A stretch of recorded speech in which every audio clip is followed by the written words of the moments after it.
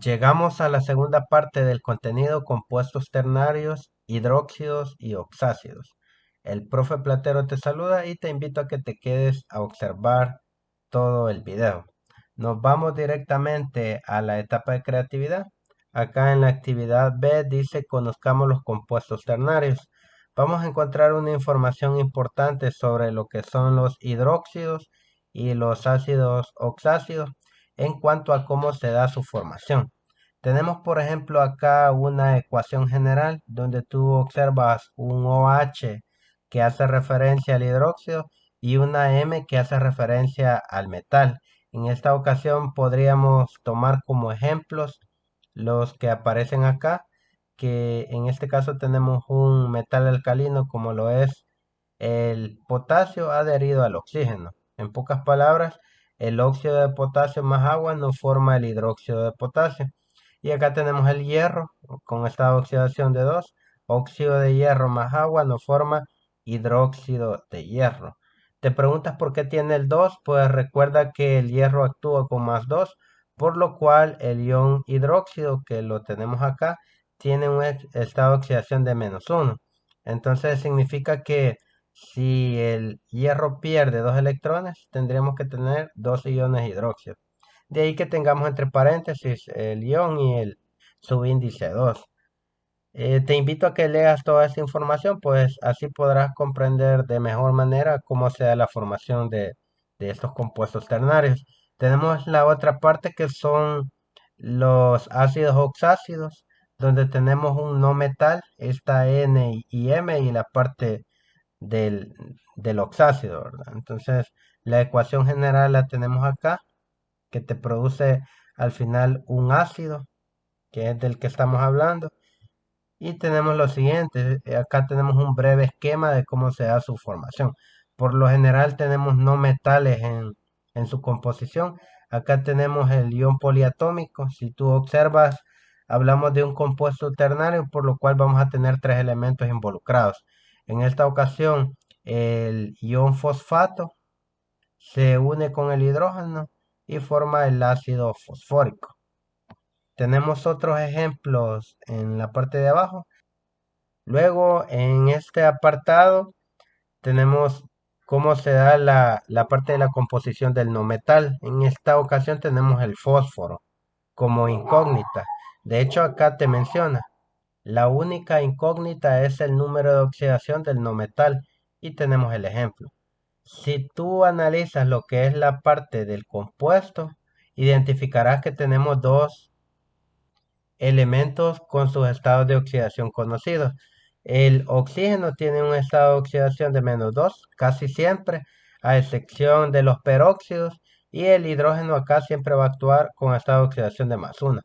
Por lo cual, al hacer la sumatoria, que tenemos 4 átomos de oxígeno, nos daría -8 electrones, y al tener 3 hidrógenos nos daría +3. Significa que para completar y la parte de sus cargas y que nos dé 0, tendría que tener el fósforo un estado de oxidación de +5. Es lo que te explica acá la parte del libro. Luego dice, determina el número de oxidación de los ácidos oxácidos que se te presentan.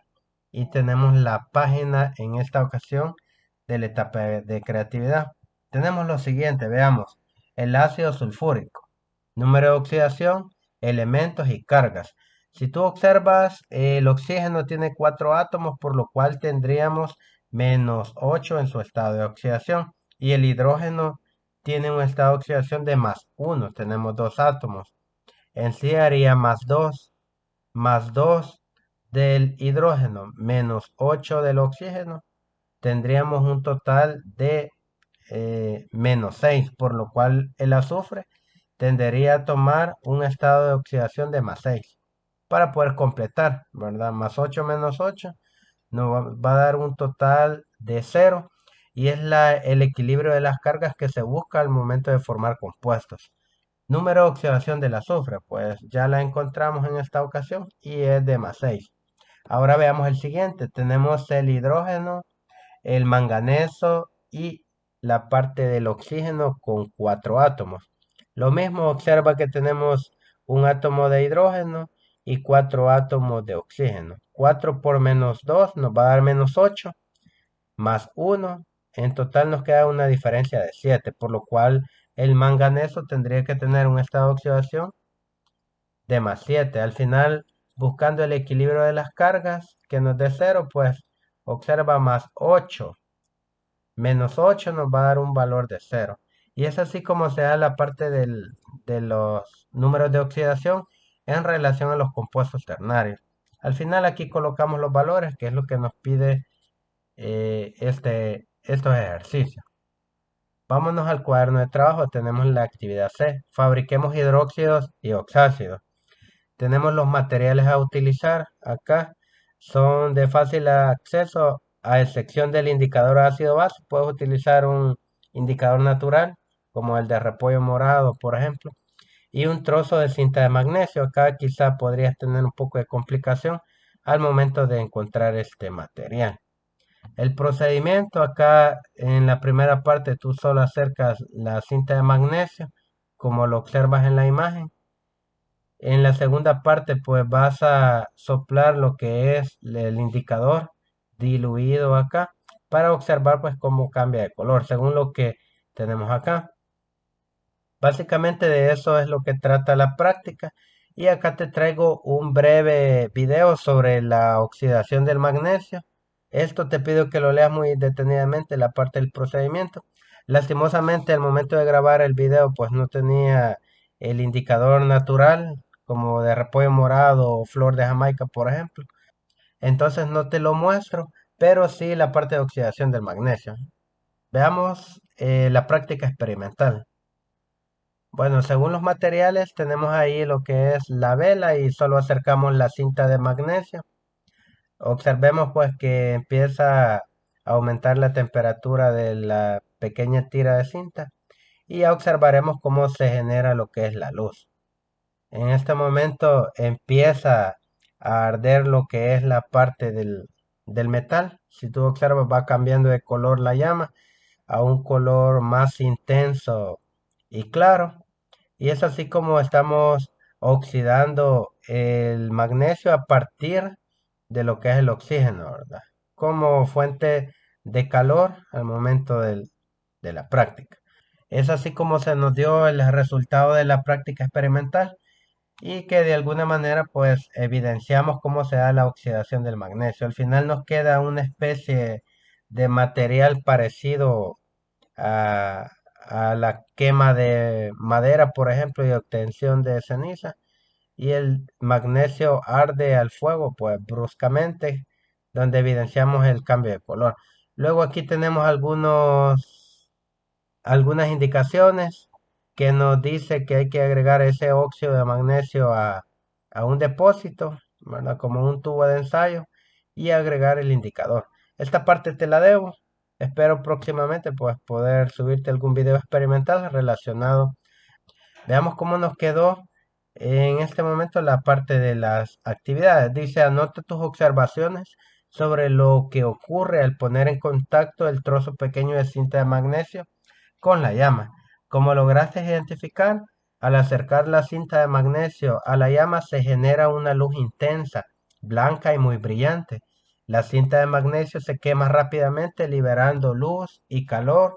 Después de la combustión queda un residuo blanco y polvoriento. Entonces esas son algunas de las observaciones que podemos notar, ¿verdad? La ceniza blanca es evidencia de la reacción que se dio. Después la combustión quedó el residuo blanco y pues esto es el conocido como óxido de magnesio. Prácticamente es una reacción exotérmica, pues se libera lo que es calor y la llama intensa nos indica eso. Luego nos dice el número 4, escribe la reacción química balanceada, el nombre del óxido obtenido y clasifícalo como ácido o base. Veamos acá, esta sería la ecuación química donde tenemos ya balanceada, ¿verdad? Dos átomos de magnesio, dos átomos de magnesio, al igual que dos de oxígeno, tanto en reactivos como en productos. El nombre del producto es el óxido de magnesio y el tipo es un óxido básico porque estuvimos utilizando un alcalino térreo en este caso pues el magnesio. Agrega dentro del tubo, dice, un indicador ácido-base. Anota las observaciones. Esto es relacionado a agregar el óxido de magnesio obtenido al tubo de ensayo y se observaría pues que cambia de color. Hay un cambio de color cuando el indicador entra en contacto con la solución en el tubo de ensayo. En este caso se torna color azul-verde por utilizar indicador natural de repollo morado. Esto es relacionado al indicador usado. Si tuviésemos otro tipo de indicador, probablemente pues variaría lo que es el color según el material a usar. El tipo de solución es básica. Y ya en la parte del número 7 dice, plantea la reacción ocurrida dentro del tubo de ensayo y responde. Veamos la ecuación química. El óxido de magnesio más agua nos formaría el hidróxido de magnesio.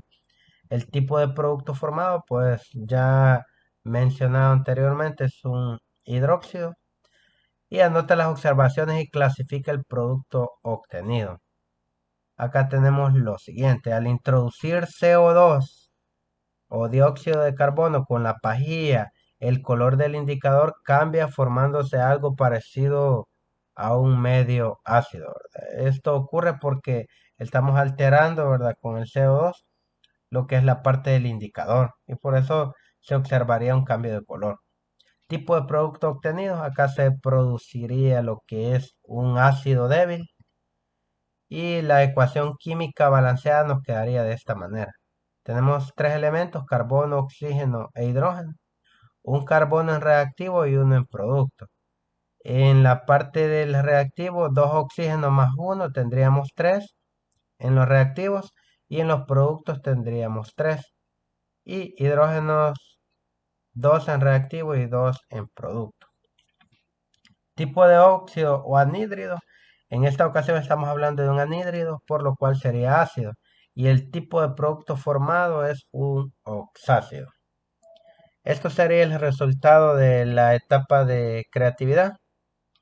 Espero que de alguna manera pues sea de mucha utilidad para ti. Si te ha gustado el video, siempre te invito a que lo compartas con personas que conozcas y que de alguna manera pues les interese estas áreas de la ciencia. Así que próximamente te estaré compartiendo un nuevo video con la culminación de la semana número 3. Muchas bendiciones para todos, cuídense, nos vemos hasta pronto.